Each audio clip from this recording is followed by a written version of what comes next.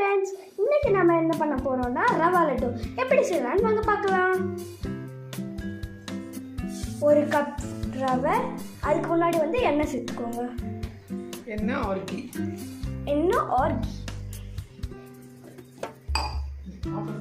லைட்டாக வறுத்துக்கோங்க. கொஞ்சம் லைட்டாக வறுத்துக்கோங்க.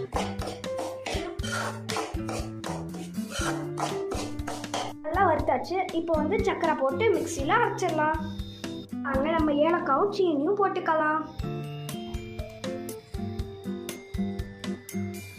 இப்போ இதெல்லாம் போட்டு நல்லா கிரைண்ட் பண்ணிக்கலாம். வாங்க சக்கரை கிரைண்ட் பண்ணி ரவை கூட சேர்த்துக்கலாம். பால் ஊற்ற போகிறோம்.